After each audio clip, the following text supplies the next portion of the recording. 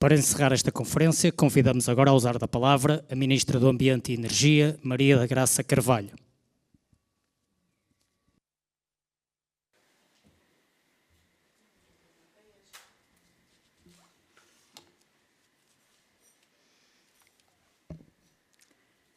Cara Senhora Presidente da Câmara Municipal de Matosinhos, doutora Luísa Salgueiro, caros membros da Rede Cidade pelo Clima, uma especial palavra para o professor Paulo Ferrão, meu colega, ainda colega do Instituto Superior Técnico.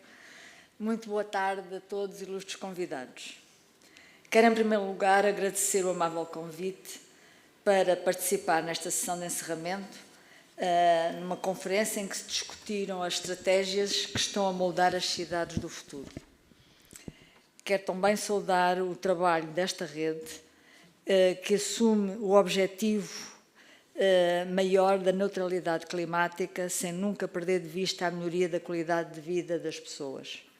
É nas cidades que mora a esmagadora maioria da população europeia. Cerca de 75% das pessoas na Europa vivem nas cidades. É também nestas que se concentram grande parte da atividade económica, da inovação, onde estão instituições locais e nacionais que mantêm os vários países a crescer e a funcionar. Pensar na sustentabilidade de longo prazo, pensar na descarbonização da economia, no desenvolvimento sustentável, é por isso também e, acima de tudo, pensar nas cidades. Foi com esta verdade bem presente que, ainda antes do lançamento do Pacto Ecológico Europeu, a Comissão Europeia lançou, então era comissário o engenheiro Carlos Moedas, dentro do programa Horizonte, a missão Cidades com Impacto Neutro no Clima e Inteligentes até 2030. E candidataram-se muitas cidades. Nós tivemos 3 cidades selecionadas, mas essas 3 cidades fizeram de imediato uma rede nacional a que chamaram Twinning Learning, que envolve um conjunto mais alargado de cidades por todo o país. E, portanto, uma grande ideia de, em conjunto, replicar tudo o que era feito a nível europeu. E esta rede, apoiada pela Academia, desenvolvendo estratégias e sinergias com base na evidência científica, nas boas práticas internacionais. E o resultado desse processo foi esta rede de 20 cidades e regiões portuguesas pelo clima, onde estão representados inúmeras cidades, e Matosinhos é uma cidade líder de todo este processo. Uma rede que desenvolve as suas próprias dinâmicas, as próprias metas e estratégias e que hoje é uma referência para o país. Quando falamos de cidades inteligentes e sustentáveis, não nos referimos apenas a dotá-las de recursos tecnológicos, nomeadamente digitais, que facilitem a descarbonização. O que está em causa é toda uma nova concepção da sua organização, que incluem aspectos como a gestão das redes de transportes, a gestão dos resíduos urbanos, a eficiência energética dos edifícios, o funcionamento geral dos serviços públicos, a organização das atividades económicas, incluindo serviços, indústrias e comércio, a qualidade de vida e os espaços verdes. E estes objetivos estão perfeitamente alinhados com a estratégia que o Governo e, em particular, o Ministério do Ambiente tem para a descarbonização da economia. Uma estratégia que passa por fazer dos desafios da combate às alterações climáticas e da sustentabilidade ambiental as bases também para o desenvolvimento socioeconómico de uma forma harmoniosa. Assim, é natural que muitas das medidas que temos vindo a implementar coincidam exatamente com os propósitos e as metas desta rede das cidades para o clima e sirvam os seus objetivos, nomeadamente nos setores da energia, nos transportes, na água, na proteção da natureza e na biodiversidade. A transição no setor dos transportes é fundamental no combate às alterações climáticas. Segundo os últimos dados da Comissão Europeia, o contributo dos transportes para as emissões de CO2 em Portugal está nos 37% das emissões, do total das emissões, acima da média europeia, que é 28,4%. Portanto, Portugal tem feito um esforço muito bem sucedido na descarbonização da produção de eletricidade. Temos uma das maiores taxas de energias renováveis na produção de eletricidade, temos feito um esforço grande na descarbonização da indústria, mas estamos atrasados na descarbonização dos transportes. Portanto, não é de admirar que uma das grandes prioridades do nosso Ministério seja, e dos fundos que temos ao dispor e que pomos ao dispor do país, sejam exatamente na área dos transportes, do Programa Operacional Sustentável 2030, como do Fundo Ambiental, como do próprio PRR, que é gerido por nós, a parte que é gerida por nós. Para vos dizer, mais de metade do Programa Operacional Sustentável é dedicado aos transportes. Um grande número de projetos para os transportes públicos, a começar pelas redes de metropolitano e outros transportes públicos de baixas emissões. Por exemplo, aqui no Porto é financiado pelo PO Sustentável a linha rosa e a linha amarela, assim como o material circulante para o método do Porto no valor de 34 milhões e as duas linhas num financiamento global de 407 milhões de euros. Também este esforço é completado através do Fundo Ambiental por iniciativas muito no setor social. É o Fundo Ambiental que financia os passes em geral, a diminuição do valor dos passes, no valor de 430 milhões para todo o país, portanto para as CIMs e para as autarquias, e um passe especial gratuito para os jovens com menos de 23 anos. Além disso, o Fundo Ambiental tem um programa, ainda um pequeno programa, mas já com alguma dimensão, de financiar veículos elétricos. Portanto, para este ano está previsto um valor de 13,5 milhões.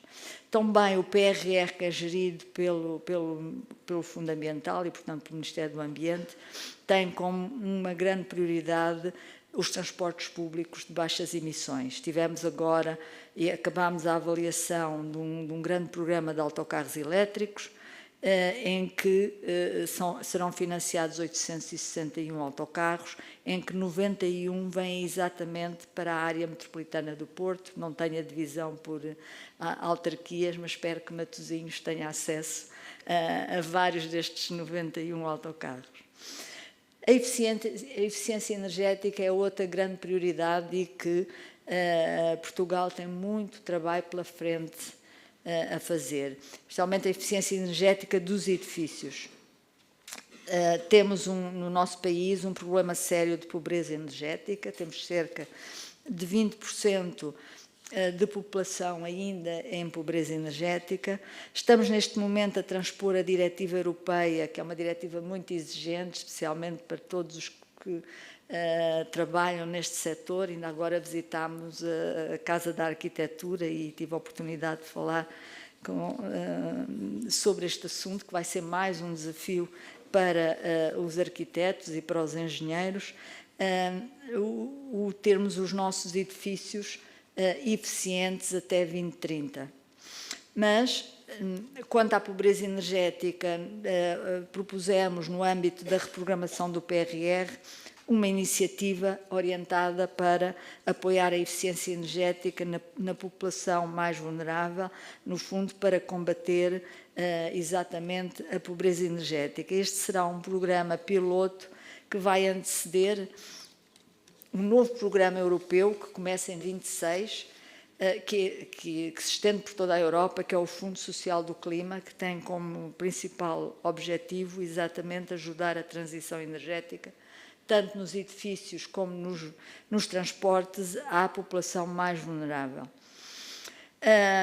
Nesta área de propostas e concursos dedicados à população mais vulnerável, temos sempre a preocupação de ter no local instituições que ajudem no preenchimento, que geralmente não é simples, vamos tentar que seja mais simples do que no passado, mas estes formulários, estes procedimentos nunca são muito simples, e ter nas juntas de freguesia, nas câmaras municipais, um espaço que ajude a população a concorrer a estes fundos. Por isso, a ADN está a criar 50 espaços de energia junto das câmaras das autarquias, que eu penso que Matosinhos também vai ter um espaço de energia, exatamente para ajudar a população tanto a concorrer como a ser mais eficiente, e todas as questões ligadas